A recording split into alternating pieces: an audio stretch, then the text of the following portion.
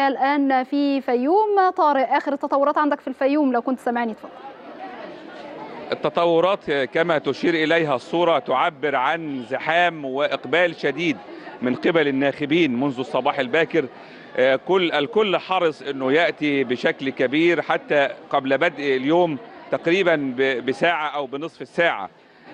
يعني الفيوم بتحظى بمنافسة بين 10 قوائم في الدائرة الأولى، للدائرة الثانية أيضا بتحظى بمنافسة بين 8 قوائم على 4 مقاعد. أما في الفردي فالمحافظة مقسمة إلى 3 دوائر للحصول على 6 مقاعد على مستوى المحافظة.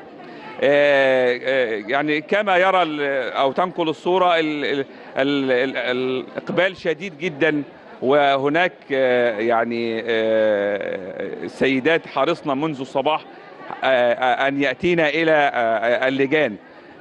كما تنقل الصورة أيضا الطوابير بتعبر عن سير العملية الانتخابية، وإن كانت في منتهى الهدوء لكن بتحظى بطوابير البعض وصفها في لجان أخرى أن هي بتمتد لحوالي كيلو تقريبا. يعني منذ الصباح أيضا حرص الجيش على أن يكون له الدور في تأمين اللجان من الخارج بشكل يعني كبير. أيضا هناك استعدادات من قبل بعض اللجان الشعبية قبيل اللجان أيضا لتأمين اللجان إن لزم الأمر.